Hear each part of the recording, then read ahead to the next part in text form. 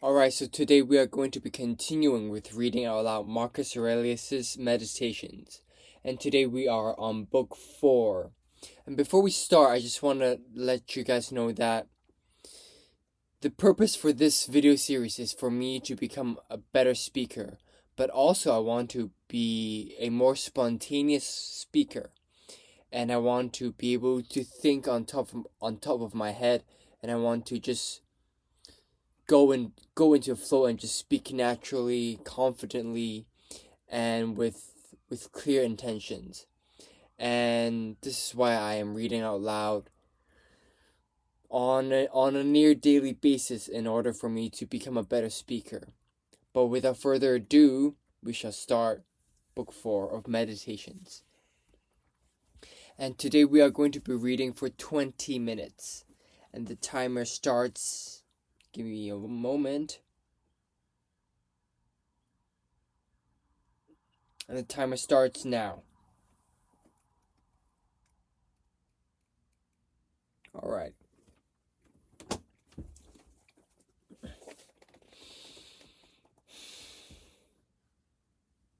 One philosopher has no shirt, one has no book. Here is another half-baked. I have no bread, he says, but I am faithful to reason. But I, for my part, have all the food of learning, and yet am not faithful. Love the art which you've learned, and take comfort in it. Go through the remainder of your life in sincere commitment of all your being to the gods, and never making yourself tyrant or slave to any man. Consider, for example, the time of Vespasian. You will see everything the same. People marrying, having children, falling ill, dying, fighting, feasting, trading, farming, flattering, pushing, suspecting, plotting, praying for the death of others, grumbling at their lot, falling in love, storing up wealth, longing for consulships and kingships. And now the life of theirs is gone, vanished.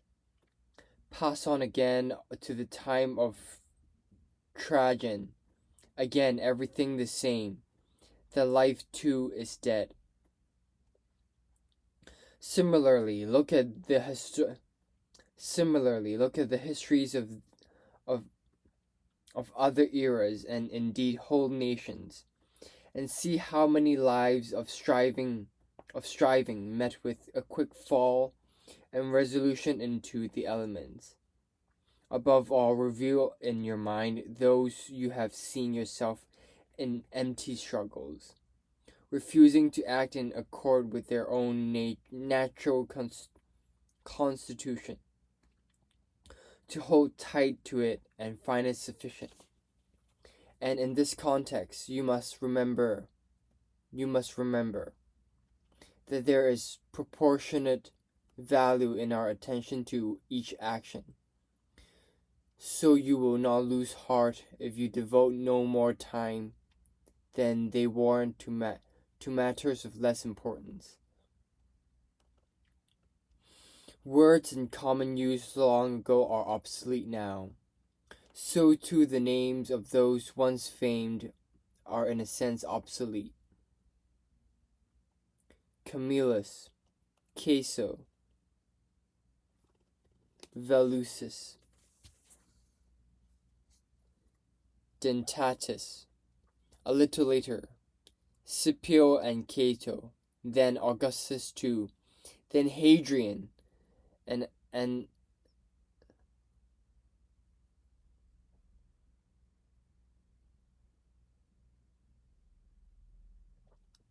Antonius.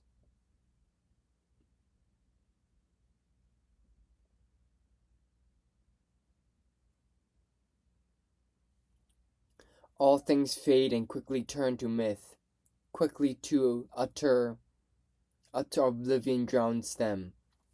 And I am talking of those who shone with some wonderful brilliance. The rest, Once they have breath, once they have breathed their last, are immediately beyond sight, beyond knowledge. But what in any case is everlasting memory? Utter emptiness. So where should a man direct his endeavor? Here only a right mind, action for the common good, speech incapable of lies, a disposition to welcome all that happens as necessary, intelligible, flowing from an equally intelligible spring of origin. Gladly surrender yourself to Clotho. Let her spin your thread into whatever web she wills. All is ephemeral, both memory and the object of memory. Constantly observe all that comes about through change, and habituate yourself to the thought that the nature of the whole loves nothing so much as to change one form of existence into another, similar but new. All that exists is in a sense the seed of its successor. But your concept of seed is simply what is put into the earth or the womb. That is very unphilosophic thinking. Your death will soon be on you, and you are not yet clear-minded, or untroubled, or free from the fear of external harm, or kindly to all people, or convinced that justice of action is the only wisdom. Look into their directing minds, observe what even the wise will avoid or pursue. Harm to you cannot subsist in another's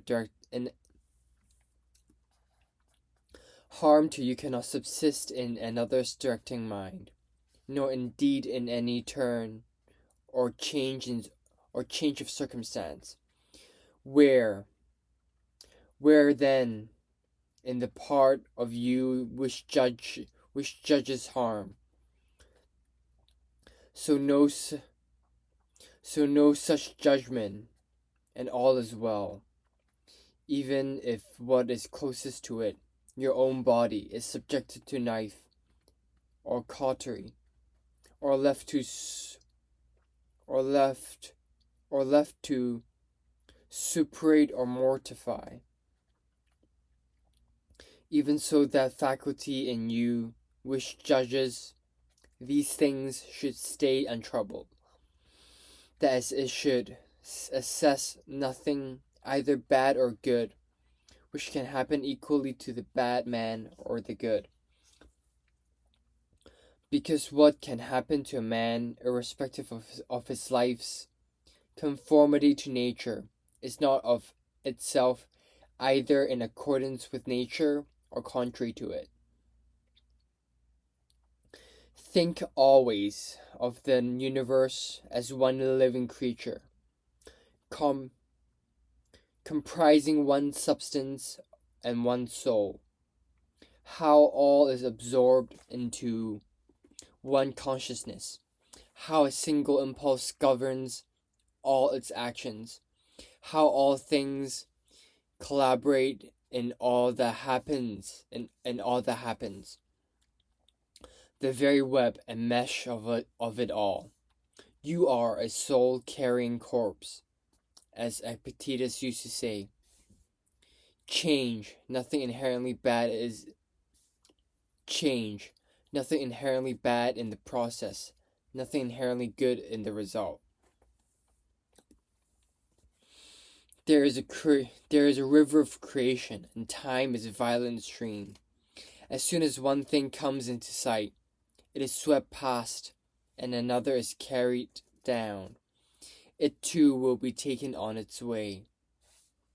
All that happens is as habitual and familiar as roses in spring and fruit in the summer. True too of disease, death, defamation, and conspiracy, and all that delights or gives pain to fools. What comes after is always in affinity to what went before. Not some simple enumeration of disparate things and a mere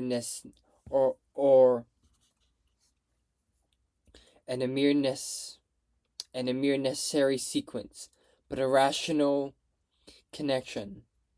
And just as existing things are harmoniously interconnected, so the processes of becoming exhibit no mere succession, but a wonderfully inherent affinity. Always remember Heraclitus. The death of earth is the birth of water. The death of water is birth of air. The death of air is birth of fire, and back again. Remember too his image of the man who forgets his way home. His saying that men are at odds with their most constant companion, the reason which governs all things. That their everyday experience takes them by surprise, that we must not act or speak as if asleep. And sleep brings the illusion of speech and action, and that we should not be like children with their parents, simply accepting what we are told. Just as if a god told you that you would die tomorrow, or at least the day after tomorrow, you would attach no importance to the difference of one day, unless you are a complete coward. Such is a tiny gap of time. So you should think there no great difference between life to the umpteenth year and life to tomorrow. Think constantly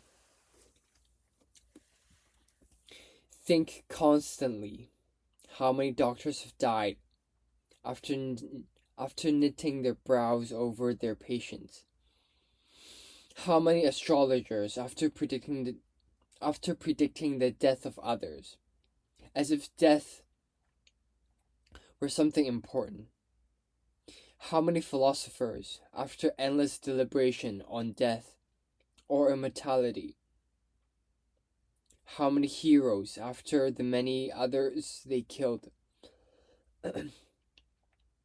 How many tyrants after using their power over men's lives with monstrous insolence, as if they themselves were immortal. Think too how many whole cities have died. Hellas, Pompeii,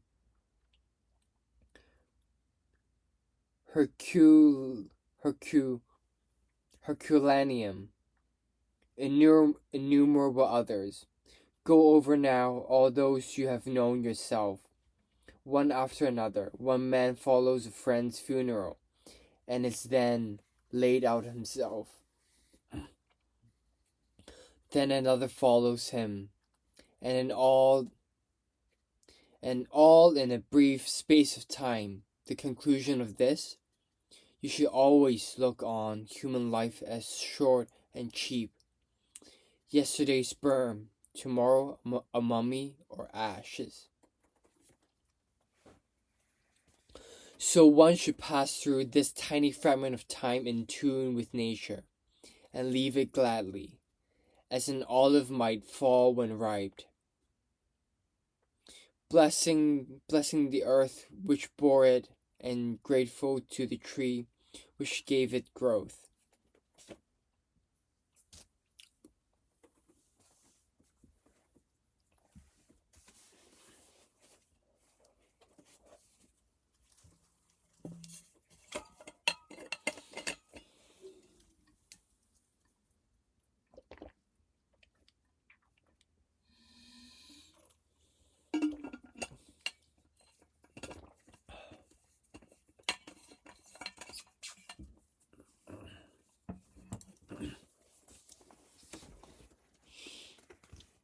Be like the rocky headline. Be like the rocky headland on which the waves constantly break. It stands firm, and round it the seething waters are laid to rest.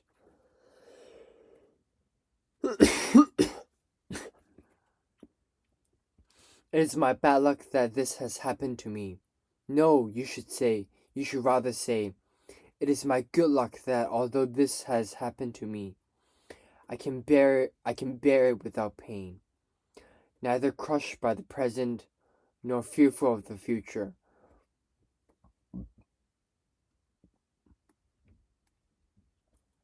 Because such a thing could happen to any man, but not every man could have borne it without pain. So why see more misfortune, or so why see more so why see more misfortune in the event than good fortune in your ability to bear it? Or in general, would you call anything a misfortune for a man which is not a deviation from man's nature? Or anything a deviation from man's nature which is not contrary to the purpose of his nature? Well then, you have not learned what that purpose is. Can there be anything, then, in this happening which prevents you being just, high-minded, self-controlled, intelligent, judicious, truthful, honorable, and free, or any other of those attributes whose combination is the fulfillment of man's proper nature?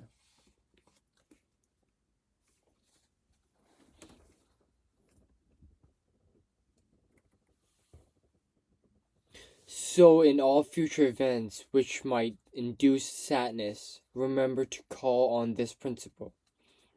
This is no misfortune, but to bear it true to yourself is good fortune. So in all future events which might induce sadness, remember to call on this principle. This is no misfortune, but to bear it true to yourself is good fortune. I'm going to repeat this because this is banger. This is no misfortune, but to bear it true to yourself is good fortune. An unphilosophic, but nonetheless effective help to putting death in its place is to run over the list of those who have clung long to life. What did they gain over the untimely death?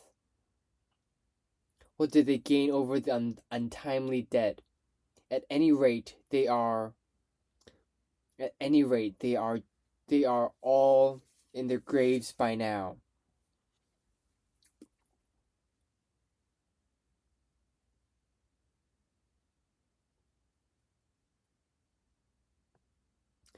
Cadicianus,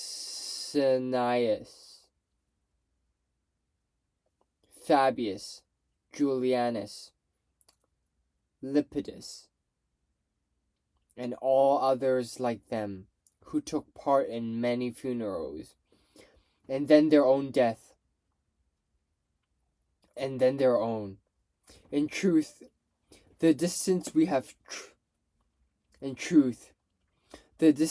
to travel is small, and we drag it out to such labor, in such poor company, in such feeble body. No great thing, then. Look behind you at the huge gulf of time, and another infinity ahead. In this perspective, what is the difference between an infant of 3 days and a Nestor of 3 generations? Always run on the short road, and nature's road is short. Go then, for the healthiest in all you say and do. Such purpose releases a man from the labors of service, from all need to manage or impress. Book 5. At break of day, when you are reluctant to get up, have this thought ready to mind. I am getting up for a man's work. Do I still then resent it? If I I'm going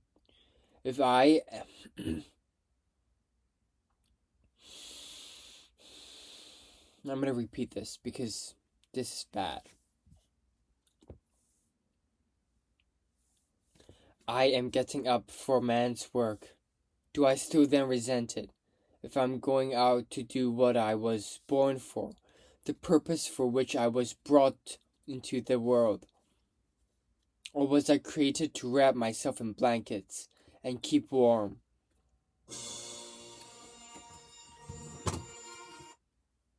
I'm going to finish this paragraph of book 5. But this is more pleasant. Were you then born for pleasure? All for feeling, not for action. Can you not see plants, birds, ants, spiders, bees, all doing their own work, each helping in their own way to order the world? And then you do not want to do the work of a human being. You do not hurry to the demands of your own nature.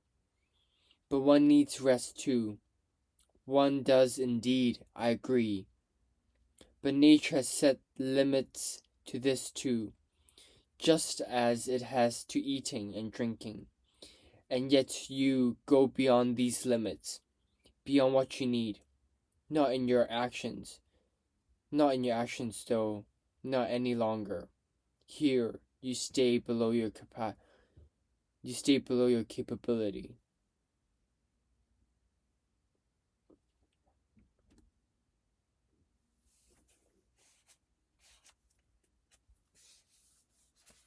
Alright, this is the end of today's reading session.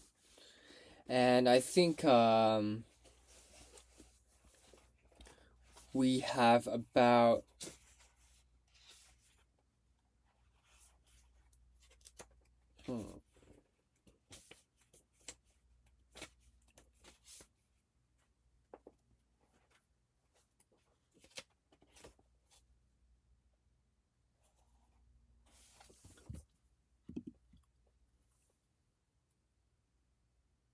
about 120 pages to go. So yep, you guys are gonna see more of me. But yeah, peace.